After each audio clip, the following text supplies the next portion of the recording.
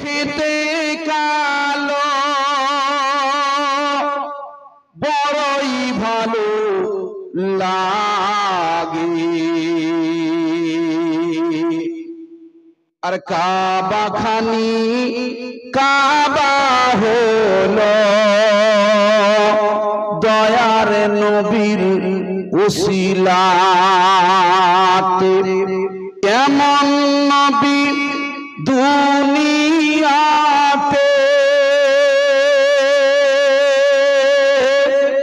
এমন নবী দুনিয়াতে হয়নি আর হবে না তুলনা তো দূরের কথা ছায়া মেলে না আল্লাহুম্মা সাল্লি জান খুলে মাওলানা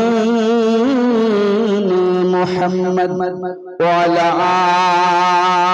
আলিহি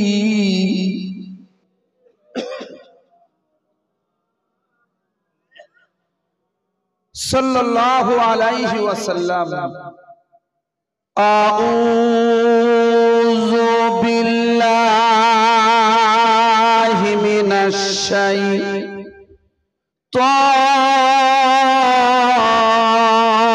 शैतानिर रजीम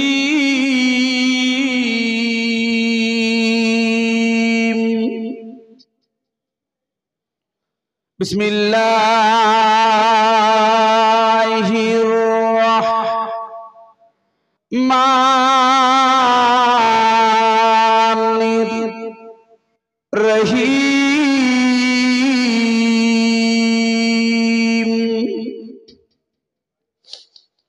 वमा मुहम्मदुन इल्ला रसूल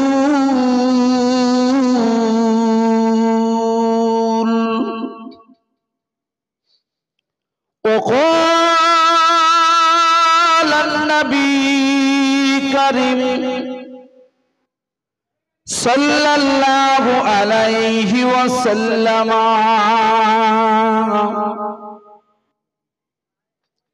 يا जिब्राईल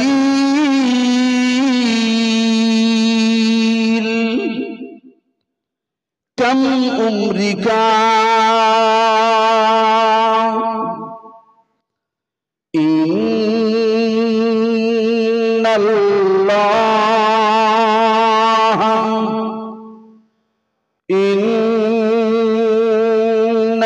इन्नल्लाह व मलाइकतहु युसल्लूना अलन नबी या अय्युहल्लज़ीना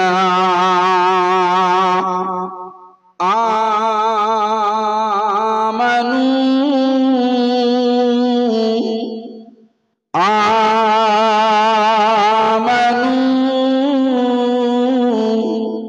सल्लु अलैहि व सल्लिमू तस्लीमा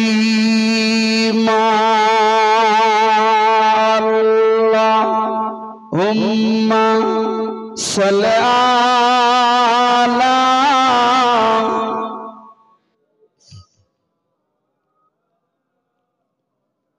व अला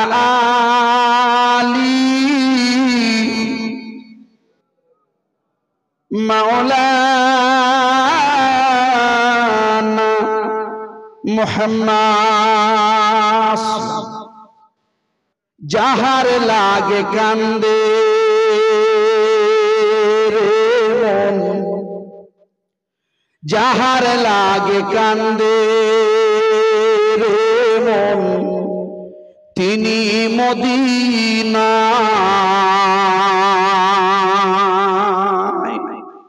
আমাদের কলিজার গভীরে রসুলের জন্য কান্না আসে, আসেন না? যতক্ষণ না রসুলের জন্য কান্না না আসবে আপনি ততক্ষণ প্রকৃত খাস ইমানদার হতে পারেন না। ইসলামিক মাহফিল গুলোতে এখানে যারা জ্ঞানী গুণী শিক্ষিত মুরব্বীগণ বসে আছেন, আপনারা নিশ্চয়ই একমত হবেন। দেখবেন পূর্বের ইসালে সোয়াব বা ইসলামিক কনফারেন্স বা ইসলামিক জলসাগুলোতে যখন প্রোগ্রাম চলতে থাকে, স্টেজের সামনে থেকে যদি বা যেতে হয় মাথাটা একটু নিচু করতে হয়, ঠিক না বেটা? আগে করতো না, এখন করে না। কেন? এখন আদবের চাইতে বিআদবটা বেশি হয়ে গেছে। কি বলে? আদবের চাইতে বিআদব বেশি হয়ে গেছে, যেহেতু ইসলামিক আলোচনা করলে সামনে থেকে গেলে বা দেখবেন যে সমস্ত চা ব্যাপারীরা চা বেচে মেহফিলের ভিতরে বসে বসে ব্যস্ত, ঠিক ঠিক ভুল বলে, এখন দেখবেন তারা আর বসে না। কেন? ব্যবসা করছি, ব্যবসা। আদবের খেলা। আগেকার দিনে যুবক ছেলেরা বিড়ি খেলে চাচাদের সামনে লুকিয়ে খেত, এখন চাচার কাছে ম্যাচ চায়, ম্যাচ। অনেকেই আবার বাপের কাছে চায়, আব্বা দেশলাইটা হবে। বলছে বাবু কেন? বলে বিড়িটা ধরা। আমি আপনাদের এখানকার কথা বলছি না, একদম না, অন্যান্য জায়গার কথা বলছি। আদবে আবেদ হয়, বিআদবে শয়তান। মাথায় রাখবেন। ফুরফুরা সিলসিলার আকীদা হলো আগে আদব করতে হবে। আদব, মুরব্বি মুরব্বির মতো সম্মান তাকে দিতে হবে। ইমাম সাহেব ইমামের মতো সম্মান তাকে দিতে হবে। মেহফিল কুরআনের মেহফিল, কুরআনের মেহফিলের মতো সম্মান দিতে হবে। এটা কোনো ড্যান্স হাঙ্গামা নয়, এটা কোনো নর্তকীর বাজার নয়, এটি হলো রসুলের মেহফিল, ঠিক না বেটি? এই জন্য আদব রক্ষা করতে হবে। সুতরাং আমরা যারা রসুলের পাগল বসে আছি সকলেই আমি আশা রাখছি কম বেশি জ্ঞানী গুণী মানুষ আপনারা। যাহারে লাগে কান্দে রে মন। এই মহিলা রাস্তা দিয়ে যাবে নাকি? এটা তো ঠিক নয়। আপনারা ঘুরে আসুন, কোন ঘুরে আসুন। ভলেন্টিয়ার ভাইরা, আমার হাফেজ শরীফুল ভাই, অন্তত আমি যতক্ষণ আছি এই সমস্ত গুলো কাজ বন্ধ করে দেন, ঠিক নয়। অন্য জায়গাতে ঘুরে আসুন। যাহারে লাগে কান্দে রে মন তিনি মদিনায়।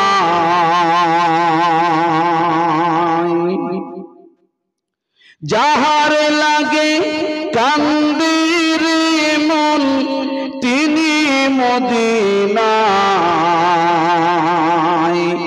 আর স্বপ্ন যোগে, আর স্বপ্ন যোগে হবে দেখা হলে দিওয়ানায়। এমন নবী, এমন নবী কোথায় পাবো? এমন নবী কোথায় পাবো? আমায় তোমরা বলো না। নবী আসেন মদিনায়, কবে যাবো জানি না। আল্লাহুম্মা সাল্লি আলা।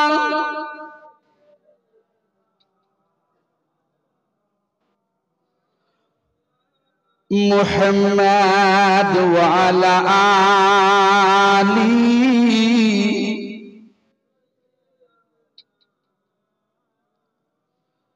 মুহাম্মাদ কালমা লা ইলাহা ইল্লাল্লাহ মোহাম্মদে কালমা লা ইলাহা ইলাহা ইল্লাল্লাহ মুহাম্মাদুর রাসূলুল্লাহ। সকলে আমার সাথে পড়বেন, হাসবি রাব্বি জাল্লাল্লাহ গায়রুল্লাহ, হাসবি রাব্বি জাল্লাল্লাহ মা ফি কলবি গায়রুল্লাহ নূর মুহাম্মদ সাল্লাল্লাহ কালমা লা ইলাহা ইলাহা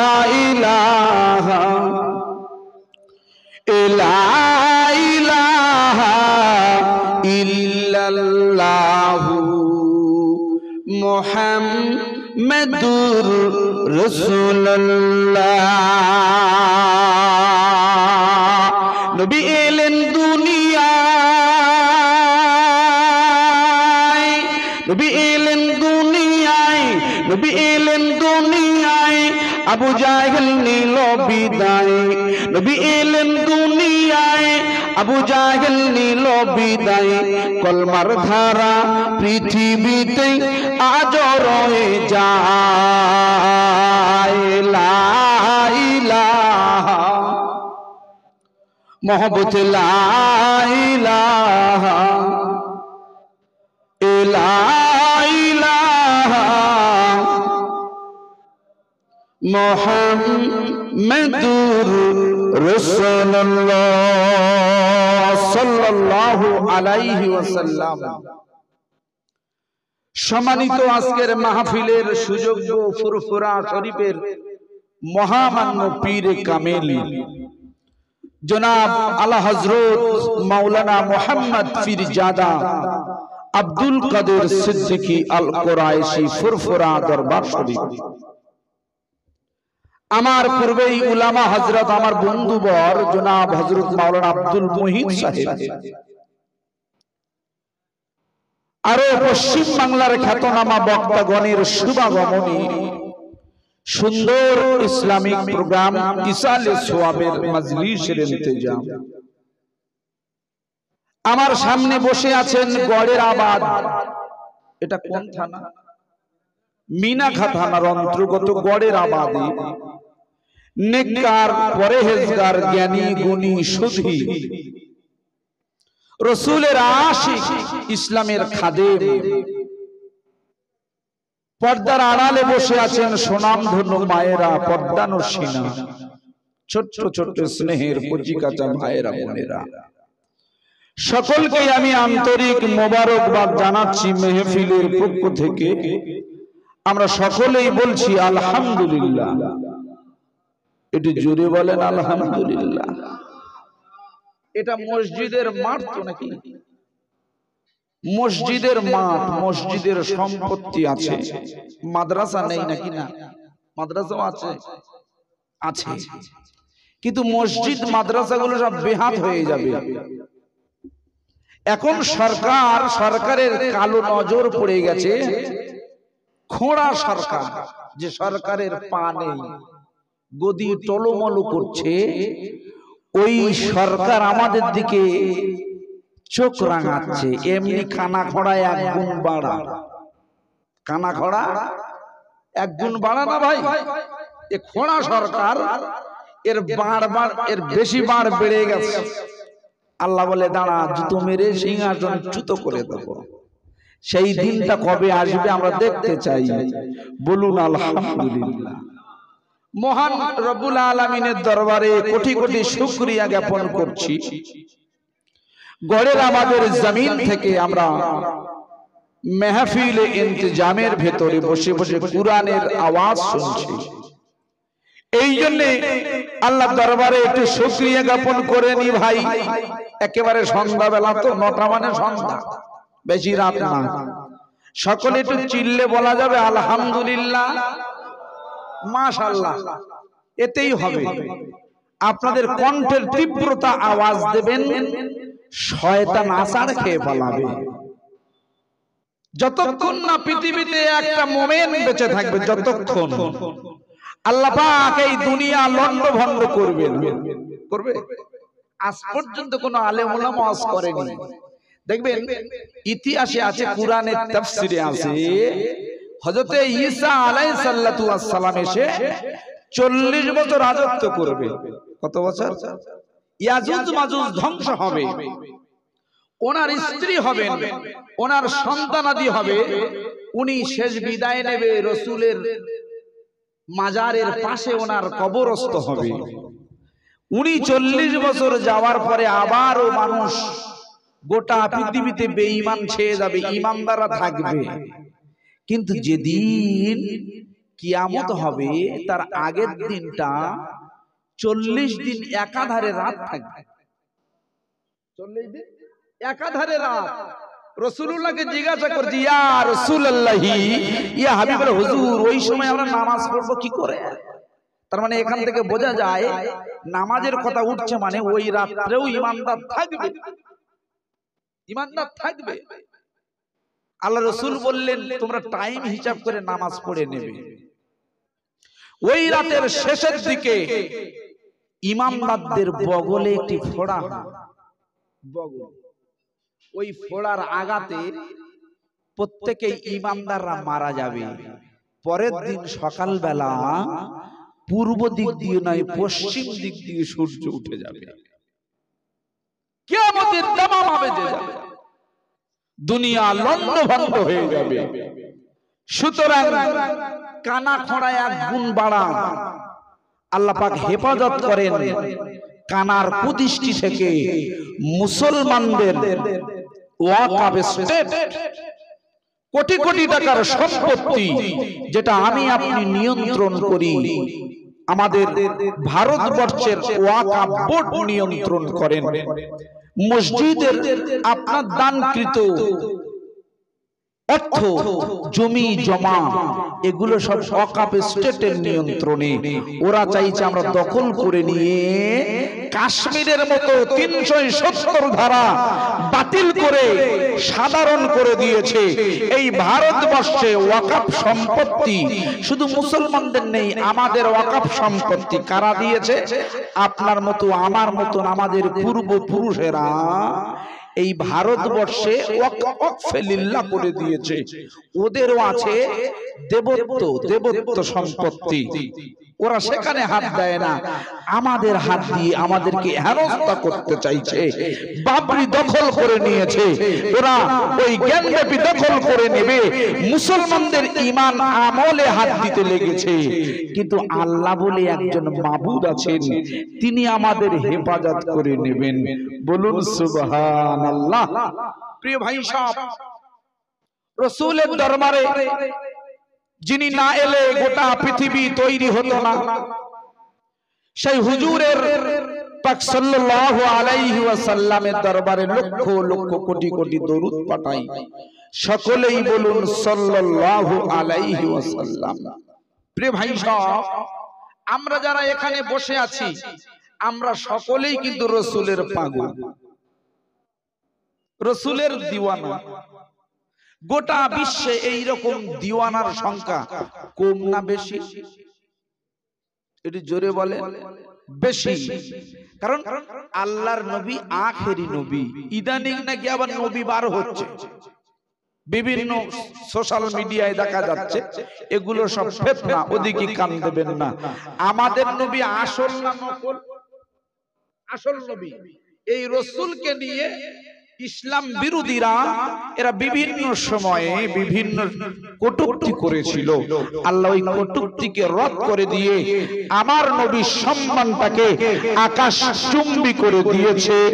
আমার বন্ধুরা খুব ভালো করে শুনবেন, আজকের রাতের গভীরে আমি আপনাদেরকে সঙ্গে করে নিয়ে মিনাখা থানার অন্তর্গত গড়ের আবাদ গ্রামে ছোট্ট করে আপনাকে বুঝিয়ে দিই।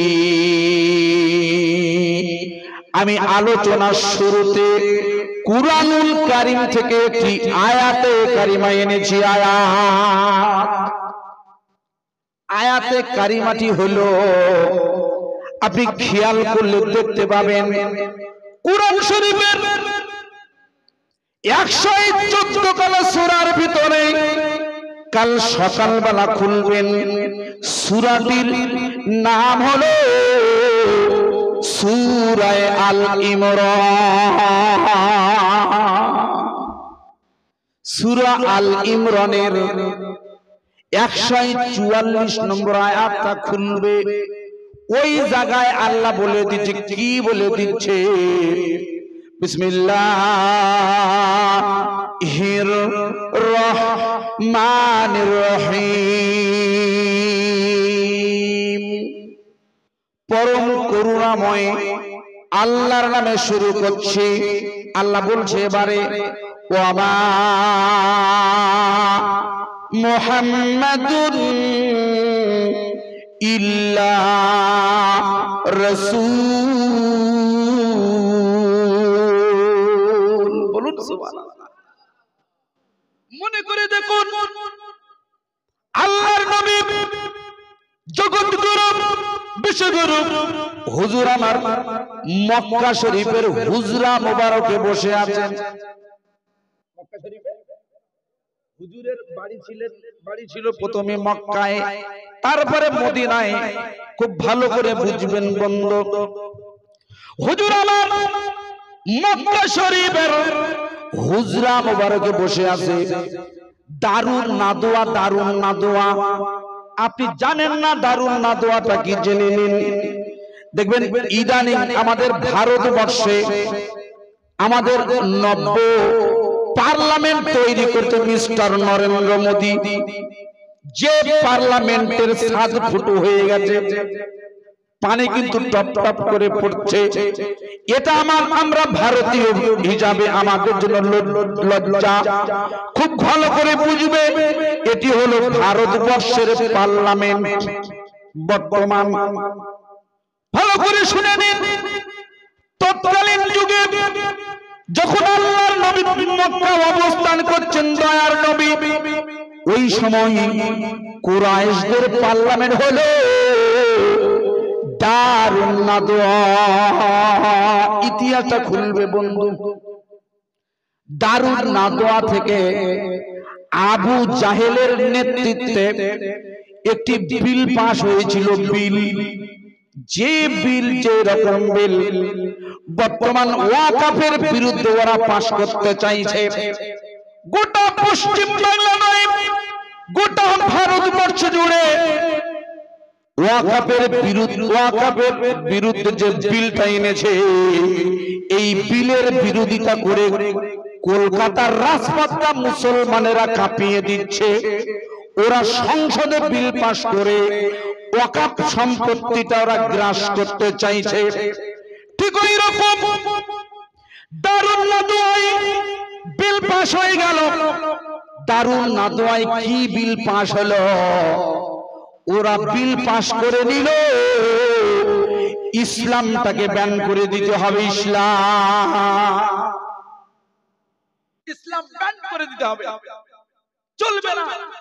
আজও পর্যন্ত আমেরিকা থেকে শুরু করে, ইসরায়েল থেকে শুরু করে, ভারতবর্ষ থেকে শুরু করে আপনার চীন, চায়না, রাশিয়ারা, এরা সবাই ইসলাম বিদ্বেষী, ইসলামোফোবিয়া। এরা ইসলামকে দেখলে এদের গায়ের লোম খাড়া হয়ে যায়। ইসলামের নীতিমালা এরা সহ্য করতে পারে না। আমি জুলফিকার আজিজি বলি, ইসলামের নীতিমালা সারা বছর নয়, একটা মিনিটের জন্য তোমরা মেনে নাও, গোটা পৃথিবীতে শান্তি, শান্তি আর দুনিয়ার শান্তি বিরাজ করবে। একটু চিল্লে বলা যাবে না সুবহানাল্লাহ? প্রিয় ভাই সব আপনারা জ্ঞানী গুণী মানুষ, খুব ভালো করে ওয়াজটা বুঝে নেবেন আমার। ওরা যখন বিল পাস করে দিলাম, আল্লাহর নবীর বিরুদ্ধে স্লোগান তুলে দিলাম, ওরা প্রশ্ন তুলে দিল, এ নবী আসল না নকল নবী? ওরা নবুয়তের উপরে প্রশ্ন তুলেছে, নবীকে যাচাই বাছাই করছে, ওরা নবীকে ব্যান করে দিতে চাইছে। তাই আবু জাহেলের নেতৃত্বে আবু জাহেলেরা, উদবা সাইবারা আল্লাহর নবীর কাছে এসেছে, হুজরা মুবারকে এসেছে, আল্লাহ রাসূলকে জিজ্ঞাসা করছে, ইয়া রাসূলুল্লাহ, হাবিবাল্লাহ, হুজুর আপনি আসল নবী না নকল নবী?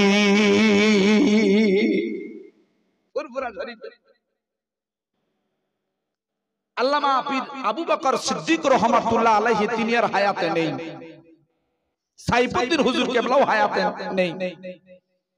বর্তমানে ফুরফুরা শরীফের আল্লামা ওমর সিদ্দিকী আল কুরাইশি হুজুরের দরবারে গিয়ে যদি কেউ হুজুরকে জিজ্ঞাসা করে, হুজুর আপনি কি সত্যিকারের ছোট হুজুরের ছেলে? আপনি কি সত্যিকারের ছোট হুজুরের ছেলে? হুজুরকে কিছু বলার দরকার নেই, হুজুরের যে খাদেমগণ আছেন তাকে তুলে আছাড় মারবে না? ম্যাক্সিমাম 3 বার মারবে, যতক্ষণ নাড়ি ভুড়ি না বেরিয়ে যায়।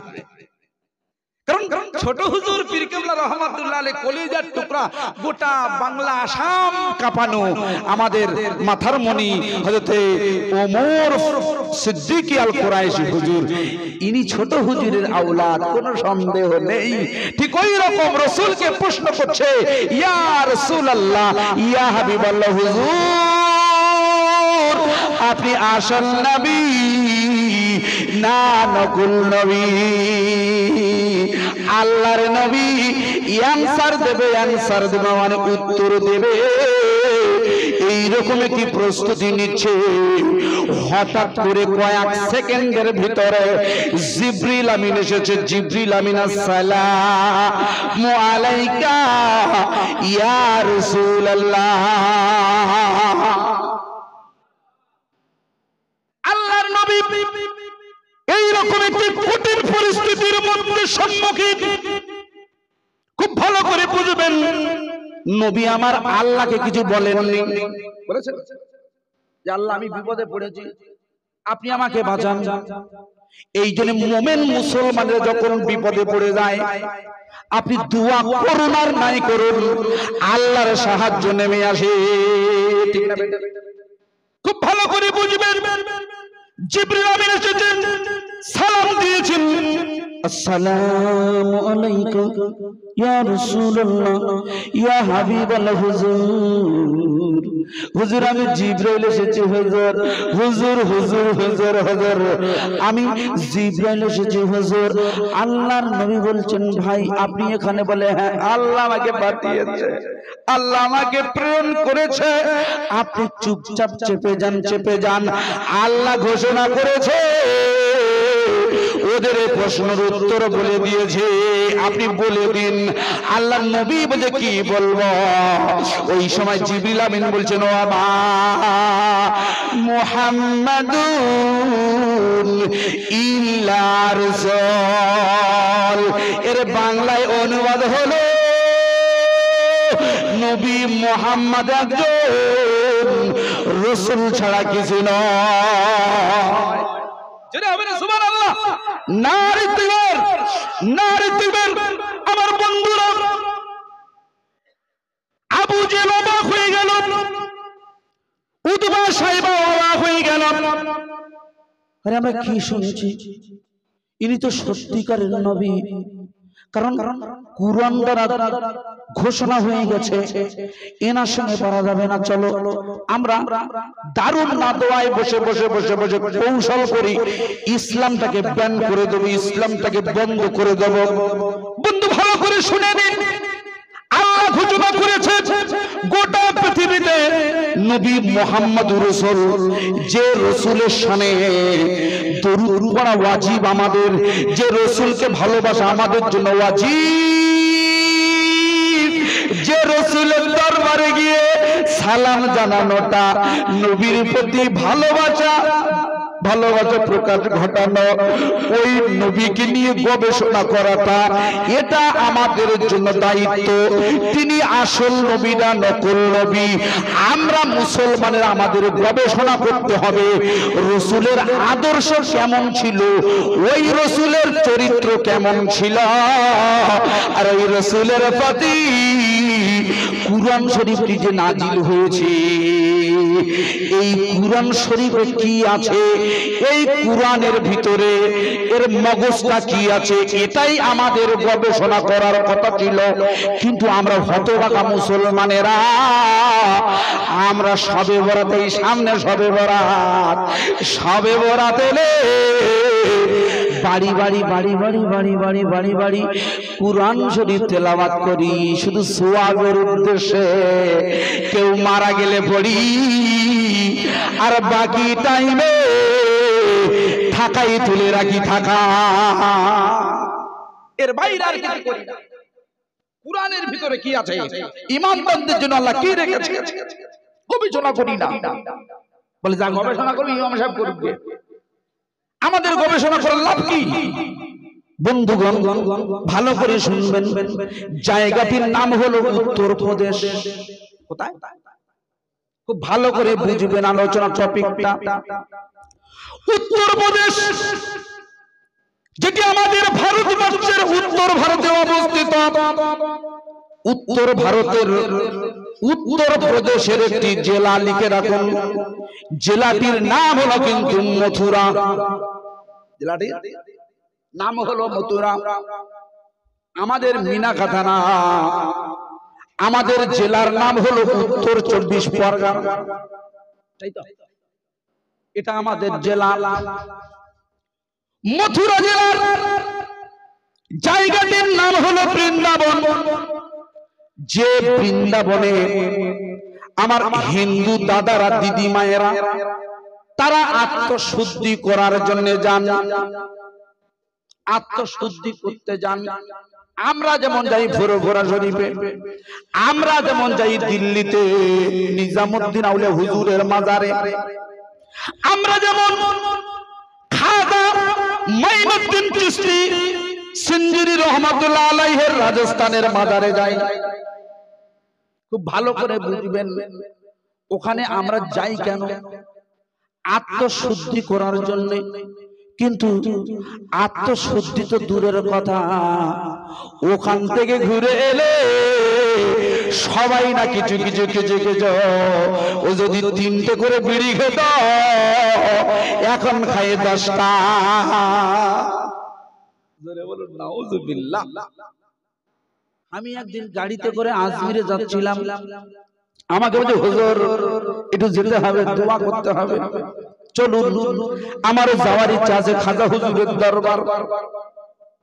খুব ভালো করে বুঝবেন, মাথায় টুপি দিয়েছে, এইরকম একটি হাদির রওয়াল নিয়েছে, বিশাল বড় একটি ব্যাগ, ওই ব্যাগে 4 ভাগের 1 ভাগে বিড়ির বান্ডিল দিয়ে ঠাসা।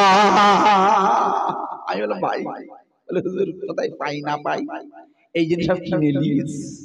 জোরে বলুন নাউজুবিল্লাহ। আজমিরে গিয়ে এর কোন আত্মশুদ্ধি হবে?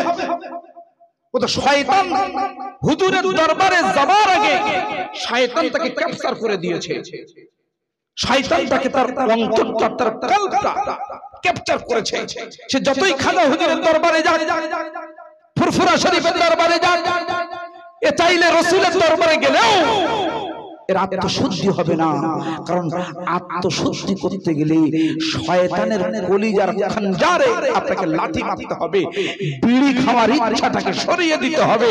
তারপরে আল্লাহ বলছে, তারপরে তুমি আমার কাছে চাও। তুমি আগে ইচ্ছা করো যে আল্লাহ আমি বিড়ি ছেড়ে দেবো, আল্লাহ আমি মদ ছেড়ে দেবো, আমি আর বন্ধন লোন নেব না। তখন আল্লাহ পাক আপনাকে হেদায়েত করবে। হেদায়েতের মালিক একমাত্র আমার আল্লাহ ছাড়া কেউ হতে পারে? জুলফিকার হেদায়েতের মালিক নয়, আব্দুল কাদের সিদ্দিকী হুজুর হেদায়েতের মালিক নয়। কারণ আমরা ওয়াজ করছি, রাসূল আমাদের নির্দেশ দিয়েছে ওয়াজ করাটা আমাদের পেশা নয়, ওয়াজ করাটা আমাদের নেশা। এই জন্যই আল্লাহর রাসূল দাওয়াত দিতেন, সাহাবায়ে কেরাম হুজুররা দাওয়াত দিয়েছেন, পীর ওলি মাশায়েখগণ দাওয়াত দিয়েছেন। ওই দায়িত্ব আমাদের উপরে আল্লাহ পাক বর্তিয়ে দিয়েছেন। তাই আমরা ওয়াজ নসিহতের মাধ্যমে আপনাকে দ্বীনি বাণী শুনিয়ে দিচ্ছি। এবারে হেদায়েতের দায়িত্ব আমার আল্লাহর। আল্লাহ পাক যাকে হেদায়েত করবে সেই কিন্তু হেদায়েত হবে। চাক্ষুষ প্রমাণ হলো, আমি আদব বিআদবের কথা বলেছি, এখান থেকে 5 জন গিয়েছে, 2 জন মাথা নিচু করেছে আর 3 জন কিন্তু মাথা উঁচু করে গেছে। আপনি খেয়াল করেন, আমি খেয়াল করেছি এই 5 জনের ভিতরে 2 জনের হেদায়েতের বাণী তার কলবে আসর করেছে। প্রিয় বন্ধুগণ, ভালো করে শুনে নিন, আমরা যেমন আত্মশুদ্ধি করতে যাই, ঠিক ওই রকম আত্মশুদ্ধি করতে যান ওই মথুরার বৃন্দাবনে হিন্দু দাদারা দিদিরা। কেন? এখান থেকে খ্রিস্টপূর্ব 3200 অব্দে, মানে খ্রিস্টপূর্ব খ্রিস্টাব্দ চালু হওয়ার 3200 বছর আগে, মানে এখান থেকে টোটাল 5000 বছর আগে, যেখানে শ্রীকৃষ্ণের জন্ম হয়েছিল, শ্রীকৃষ্ণ ওই সেই বৃন্দাবন, যে বৃন্দাবনে একটা নয় 5000-এরও বেশি মন্দির যেখানে আছে, ওই জায়গার এক ব্যক্তি নামটা লিখে রাখুন। 1986 সালে রমজানুল মোবারক চলছে, রমজানুল মোবারক। রমজানুল মোবারকের রাতের বেলা গোটা ভারতবর্ষের মুসলমানেরা তারাবি নামাজ পড়ছে। অনেকেই রোজা রাখে, তারাবি পড়ে না। আমার আলোচনা বোঝা যাচ্ছে না? যায় না? খুব ভালো করে বুঝবেন, যারা জ্ঞানী গুণী নিশ্চয়ই একমত হয়ে যাবে। আমরা তারাবিতে ব্যস্ত। মিস্টার ডক্টর শিবশক্তি মহারাজ উনি ইসলাম নিয়ে গবেষণা করতে বসেছে। ডক্টর শিবশক্তি মহারাজ ইনি কোন যাইতাই ব্যক্তি নন, ইনি একজন 12টা বিষয়ের উপরে পিএইচডি ধারী ব্যক্তি। লন্ডনের অক্সফোর্ড বিশ্ববিদ্যালয় থেকে তিনি পিএইচডি করেছেন। মারাত্মক জ্ঞানী লোক। আবার তিনি একজন মহারাজ স্বরূপজি। ইনি বিভিন্ন ধর্মগ্রন্থের উপরে গবেষণা করেছেন।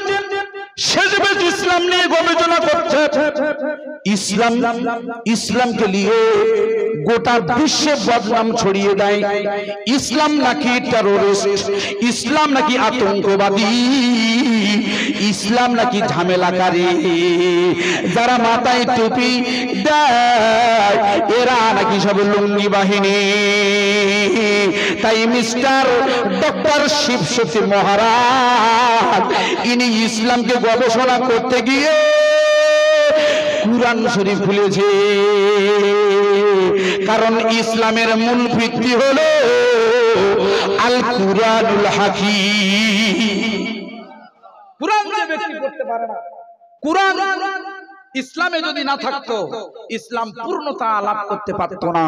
তাই মুসলমানদের কলিজার টুকরা, মুসলমানদের মাথার মণি হলো আল কুরআনুল হাকীম। জোরে বলবেন না সুবহানাল্লাহ। সোশ্যাল মিডিয়ায় এই কুরআনকে অপমান করে দেখবেন পাশ্চাত্যের কিছু পুরুষেরা, মহিলারা কুরআনকে বিকৃত করে ছবি তোলে, পিক তুলে সোশ্যাল মিডিয়া, ইউটিউব, ফেসবুকে ছেড়ে দেয়।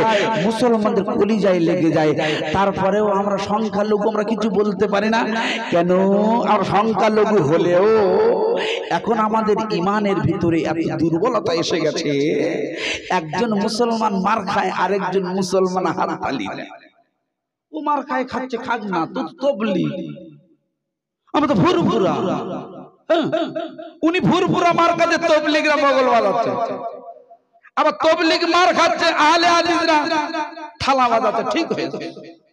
এই যে ভেদাভেদ, তবলিগ, হিজবুল্লাহ, আজমগাছি, বেরেলি মুসলমানদেরকে ভাগ ভাগ করে রেখে দিয়েছে। এগুলো পাশ্চাত্যের এটা হলো কৌশল। কারণ মুসলমানেরা একত্রিত থাকলে প্যালেস্টাইনের মুসলমানেরা মার খেত না। জোরে বলুন ঠিক না বেঠিক? আমার বন্ধুরা খুব ভালো করে শুনবেন। মিস্টার ডক্টর শিবশক্তি মহারাজ উনি রাতের বেলা বসে বসে বসে বসে গবেষণা করছে। ওয়ামা মুহাম্মাদুন ইল্লা রাসূল। উনি শুনেছেন, উনি কিতাবে পড়েছেন নবী মুহাম্মদকে নিয়ে মাইকেল ইসহাক থেকে শুরু করে পৃথিবীর তাবড় তাবড় জ্ঞানীরা, মাইকেল ইসহাক থেকে শুরু করে মহাত্মা গান্ধী থেকে শুরু করে গুরু নানকেরা, এরা সবাই এক বাক্যে স্বীকার করছে পৃথিবীর জমিনে যত মনীষী আছে, এক নম্বর মনীষী হলো আমার নবী মুহাম্মদুর রাসূলুল্লাহ। একটু চিল্লে বলা যায় না সুবহানাল্লাহ?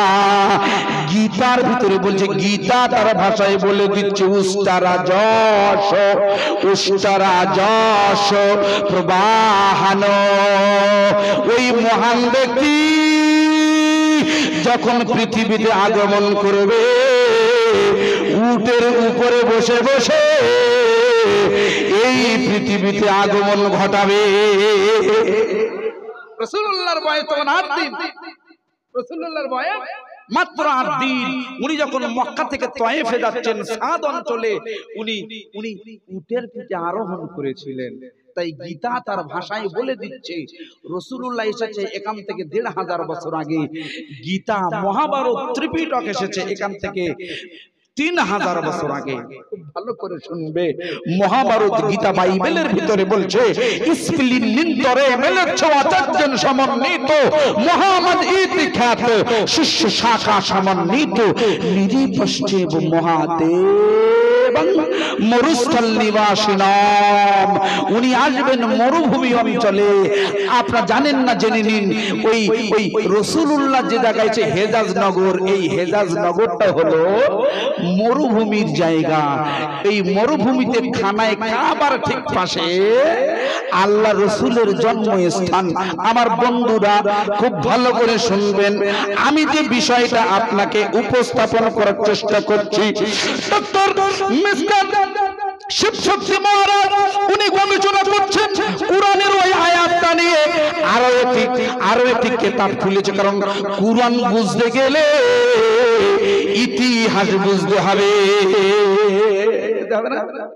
কুরআন বুঝতে ইতিহাস বুঝতে হবে। যেমন আমি উদাহরণ দিই, কুল হু আল্লাহু আহাদ, কুল হু আল্লাহু আহাদ আল্লাহুস সামাদ লাম ইয়ালিদ ওয়া লাম ইউলাদ ওয়া লাম ইয়াকুল লাহু কুফুয়ান আহাদ। এই সূরাটি আপনাদের সবার জানা না? সবার জানা। পৃথিবীতে এই কুরআন শরীফে 114টি সূরা আছে। এই সূরার ভিতরে, এই যে সূরা ইখলাসের ভিতরে আল্লাহ এমন গুণাগুণ দিয়েছে, রাসূল বলছে যদি কোনো ব্যক্তি একবার নয় 3 বার পরপর তেলাওয়াত করে, ওই ব্যক্তির নামায় আমলে 1 খতম কুরআন শরীফের সওয়াব লিখে দেওয়া হবে। আচ্ছা, সূরা ইখলাসের মতন সূরা নাস আছে না, সূরা ফালাক আছে না? আচ্ছা তো, আচ্ছা সূরা ফালাকের ব্যাপারে এরকম ফতোয়া দিয়েছে রাসূল আমার দেননি, কিন্তু ইখলাসের ভিতরে কেন দিল? ব্যাপার আছে, আমি ব্যাখ্যায় যাব না। আমি যেটা বলতে চাইছি, এই কুরআন শরীফ আপনাকে আল্লাহ পাক যখন রাসূলের প্রতি নাজিল করেছে, কেন নাজিল করেছে এর প্রেক্ষাপট আছে। যেমন ওরা প্রশ্ন করেছিল, হে রাসূল আপনি আসল না নকল? তখন আল্লাহ পাক আয়াত নাজিল করে দিয়েছে। কোরআন শরীফ কত বছর ধরে নাজিল হয়েছে? জোরে বলুন, জোরে বলুন। জানেন না? 23 বছর ধরে। কত বছর ধরে? তার আগে লাউহে মাহফুজে ছিল একদম গোটা কোরআন শরীফ তৈরি করা, আল্লাহ পাক লাউহে মাহফুজে রেখে দিয়েছে। আল্লাহ পাক জানেন আলিমুল গায়ব, তার অদৃশ্য জ্ঞান থেকে, যে আবু জেহেলরা পৃথিবীর ভিতর মিরা থেকে এই প্রশ্ন করবে আর আমি এই সময় এই আয়াতগুলো নাজিল করে দেব। আল্লাহর জ্ঞানের সাথে পৃথিবীর কোন বিজ্ঞানীর জ্ঞানের তুলনা হবে? এখন বিজ্ঞানী বলে আল্লাহর চাইতে জ্ঞান আমাদের বেশি। জোরে বলুন নাউযুবিল্লাহ। আমার বন্ধুরা খুব ভালো করে বুঝবেন, আমি যে বিষয়টা আপনাকে বোঝাচ্ছি, কুল হুয়াল্লাহু আহাদ যখন নাজিল হলো, ওই কাফেররা এসে বলে দিল, ইয়া রাসূলুল্লাহ, ইয়া হাবিবাল্লাহ হযর। ইহুদিরা এসে বলছে আল্লাহ যেমন ছেলে আছে ঈসা, জোরে বলুন নাউযুবিল্লাহ, ওরা ঈসাকে আল্লাহ ছেলে বানিয়ে দিল। আপনি বলুন বলুন বলুন বলুন, আল্লাহর কি কোনো ছেলে বা মেয়ে আছে নাকি? আল্লাহ পাক তখন এই আয়াতটা নাজিল করে, কুল হু আল্লাহু আহাদ, আল্লাহ এমন এক যার কোনো দ্বিতীয় নেই। সুতরাং কুরআন বুঝতে গেলে আপনার হাদিস বুঝতে হবে, হাদিস বুঝতে গেলে ইতিহাস বুঝতে হবে। আমার বন্ধুরা খুব ভালো করে শুনবেন, উনি কুরআনটা বুঝতে গিয়ে উনি আরো একটি কিতাব খুলেছেন। উনি মানে কি? ডক্টর শিবশক্তি মহারাজ জি, উনি কিতাব খুলেছেন। কিতাবের নামটা লিখে নিন, কিতাবের নামটি হলো সিরাতুন নবী। এই কিতাবটি যিনি রচনা করেছেন তার নাম হলো ইবনে ইসহাক। কিতাবটি রচনা হয়েছে এখান থেকে 1400 বছর আগে, আল্লাহর নবীর মৃত্যুর ওয়াফাতের 72 বছর পরে ইবনে ইসহাক তিনি কলম দিয়ে লিখে ওই সিরাতুন নবী লিখেছে। সিরাতুন নবীটি নিয়ে উনি বসে পড়েছেন কোথায়?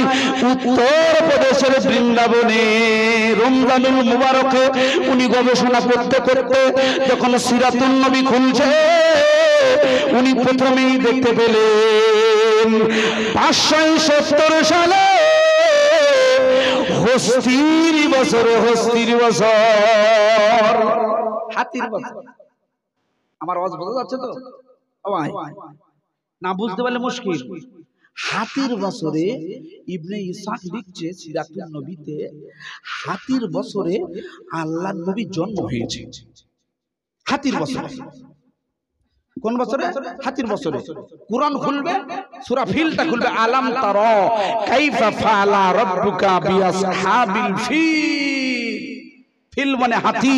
এই হাতির বছর ইতিহাস বলছে 570 সালে আমরা জানি রাসূল আমার এসেছে এই ধরার বুকে, কিন্তু আবিসিনিয়ার একটি বাদশা সে আন্দোলন করেছিল ওই কাবাকে ধ্বংস করে ফেলতে হবে। ধ্বংস কেন? কাবা শরীফের বিরাট সম্মান, কাবা শরীফকে দেখলে মানুষের কলিজা জুড়িয়ে যায়। তাই সৌদি আরবের নর্তকীরা ওরা ওই ঘনত্ব কাঁচ দিয়ে কাবা শরীফের মডেল তৈরি করে সেম টু কাবা, ওই আমাদের কলমটা খুলবে, পূবের কলমটা খুলবে। আজকের নিউজ, আজকের কথা বলছি আমি, আমার বন্ধু কাবা শরীফের আদলে ঘনত্ব কাবা তৈরি করে তার সামনে ড্যান্স হাঙ্গামা করে কাবাকে অপমান করার চেষ্টা করছে। ঠিক এইরকম এখান থেকে 1500 বছর আগে আব্রাহা নামক একটি বাদশা কাবাকে ধ্বংস করতে এসেছে। আল্লাহ সেনাবাহিনী পাঠিয়ে দিয়েছে, আবাবিলের মুখে ওই ছোট ছোট কঙ্কর তুলে দিয়েছে। ইতিহাস বলছে ওই আবাবিলের মুখের কাপড় যেই জমিনে পড়ে যেতে, যেই জমিনে আমেরিকার পাঠানো ওই বোমের মতো এক একটা কাকরে হাতি নষ্ট হয়ে যাচ্ছে। হবে না? সুবহানাল্লাহ। ওই বছরে আল্লাহর নবী জন্ম নিচ্ছেন, বলুন সুবহানাল্লাহ। সেই আনন্দে রাসূলের মহব্বতে একটিবার দরুদ শরীফ পড়ে, আমি রাসূলের জন্ম বৃত্তান্ত পরে বলছি, এই ভাগে দরুদ শরীফ পড়বো, আপনাদের সমস্যা? একটু মহব্বতের সাথে কলিজা ভরে হবে ইনশাআল্লাহ। একটু জোর আমাদের। আমি তো মনে করছি যে আগেকার চেয়ে মানে আমি যখন উঠেছিলাম তার চেয়ে লোক বেশি হয়েছে ইনশাআল্লাহ। একটু ডাইনামাইট চেয়ে দেখেন, লোক একটু বেশি হয়েছে না? মহব্বত, সব রসুলের মহব্বত, মহব্বতের সাথে আল্লাহুম্মা সাল্লি আলা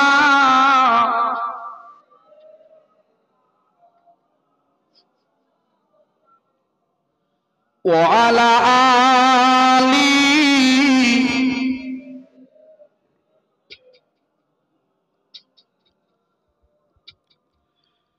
मोहब्बत अल्लाहुम्मा सल्ली आला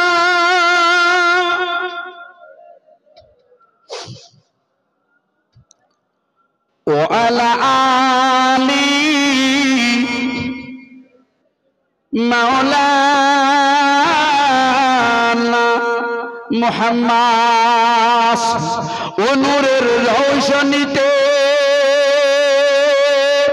दुनिया गেছে ভরে সে নূরের বাতি জ্বলে মদিনার ঘরে ঘরে। সুবহানাল্লাহ। ও নূরের রোশনীতে দুনিয়া গেছে ভরে সে নূরের বাতি জ্বলে মদিনার ঘরে ঘরে। ওই আমার আল্লাহর বন্ধু, ওই আমার আল্লাহর বন্ধু, তোর কিসের ভাবনা? ওই আমার আল্লাহর বন্ধু, তোর কিসের ভাবনা? আমার হৃদয় মাঝে কাবা, নয়ন মদিনা। আমার হৃদয় মাঝে কাবা, নয়ন মদিনা। দিতে পাল তুল দে, দিতে পাল তুল দে, মাঝি হালা করিস না, ছেড়ে দে নৌকা, আমি যাব মদিনা। আল্লাহুম্মা জোর জোর জোর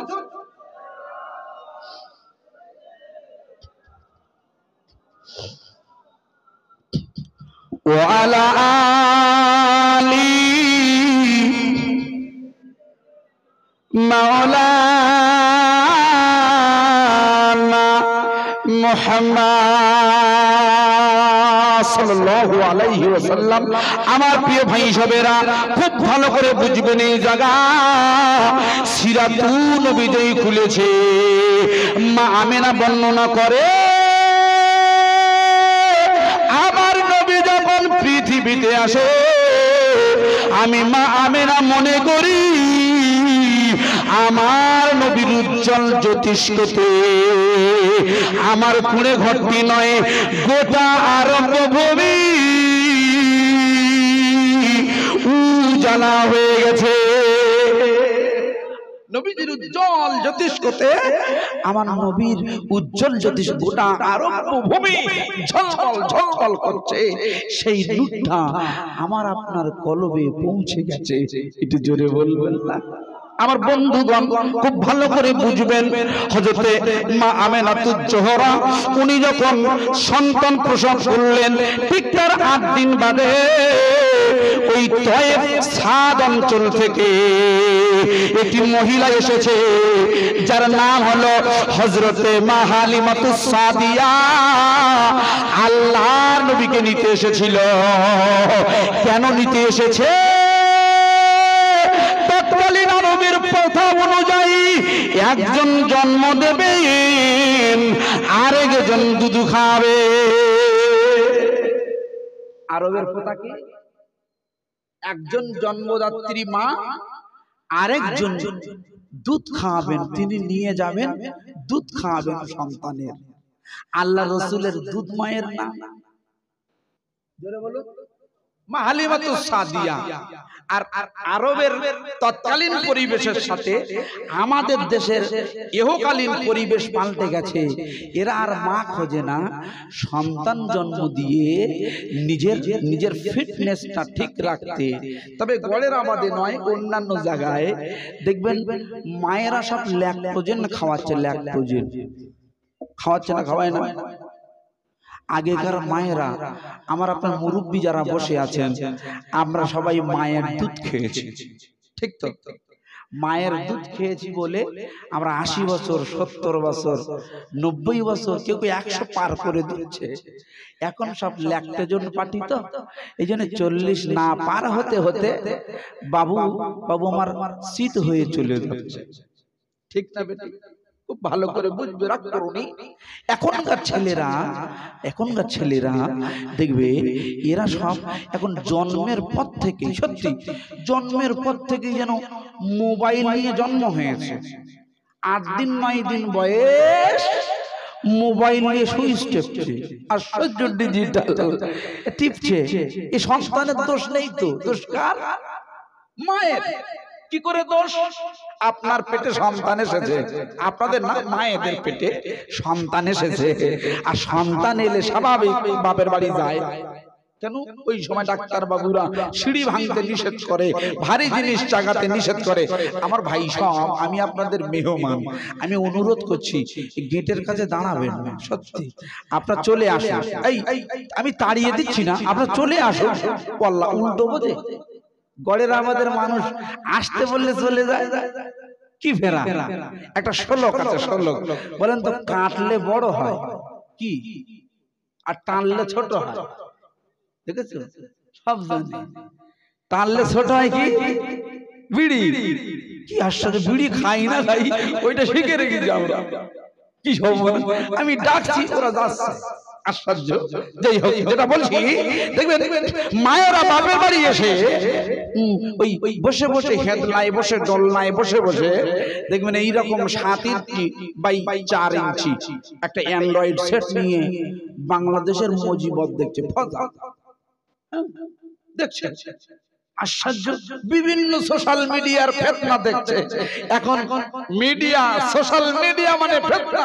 এক এক হুজুরের এক এক কীর্তি দেখা যাচ্ছে। আবে ঠিক বলছি না ভুল বলছি? এক এক হুজুরের এক এক রকম ফতোয়া। কোন ফতোয়া লব আমরা?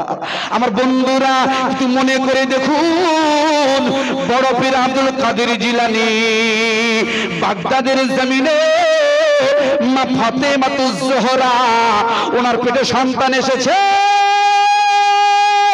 আর উনি দোলনায় বসে বসে আল্লাহর কুরআন শরীফ পড়ছে।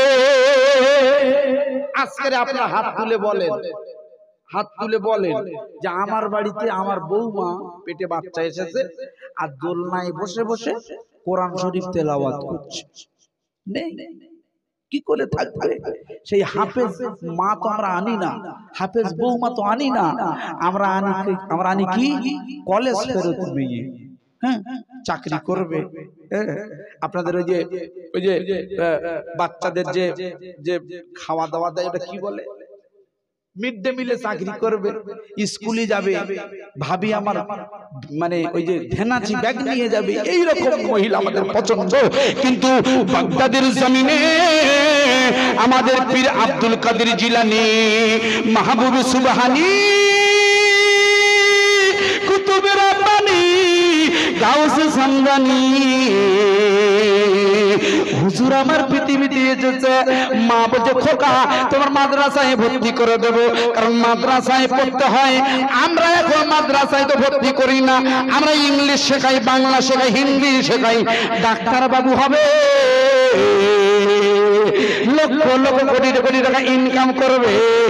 কিন্তু আল্লাহ রাসূল বলেছে, আল ইলমু ফারিদাতুন আলা কুল্লি মুসলিমাতুন ওয়া মুসলিমা, প্রত্যেক মুসলমান নর নারীর জন্য ইলম শিক্ষা করাটা ফরজ। আমরা মাদ্রাসায় দেব না, মক্তবে দেব না, আমরা এখন ইংলিশ মিডিয়ামে দেব। ওখানে আমরা এবিসিডি শেখাবো, আর কবরে গেলে আপনাকে বেঁধে ধলাই করবে। সুতরাং বড় পীর আব্দুল কাদের জিলানী রাম্মাদান প্রধান, তাকে বলছে খোকা তুমি মাদ্রাসায় যাও, তবে মিথ্যা কথা বলো না, মিথ্যার আশ্রয় নিও না। তুমি মাদ্রাসায় যাবে, তোমার জন্য 40টা দিনার নিয়ে আমি তোমার বগলের তলায় সেলাই করে দেব। এই 40টি দিনার নিয়ে তুমি মাদ্রাসায় যাও। এই রাস্তা ধরে হুজুর আমার টুক টুক টুক টুক টুক টুক টুক টুক করে যাচ্ছে। হঠাৎ করে রাস্তার মাঝে 40 জনের একটি ডাকাত দল হুজুরের উপরে আক্রমণ করেছে। এটা বাগদাদের রাস্তায় আক্রমণ করার পরে ডাকাত দল বলছে, এই খোকা তোমার কাছে কি আছে? বলে কেন, আমার কাছে 40টা দিনার আছে। মা বলেছে কি মিথ্যা বলো না। মিথ্যা কথা কি গুনাহ? মা মিথ্যা বলো না। উনি মিথ্যা বলেননি, মায়ের শিক্ষা। এই জন্য পৃথিবীর তাবড় তাবড় মনীষীরা বলেছে মা হলেন পৃথিবীর প্রথম শিক্ষক। যত বড় বিশ্ববিদ্যালয় বলুক না কেন, মা জননী হলো মেন শিক্ষক। মা যেটা শেখাবে তার শৈশবে ওই শিক্ষাটা তার মগজে রয়ে যাবে। একটু চিল্লে বলা যায় না সুবহান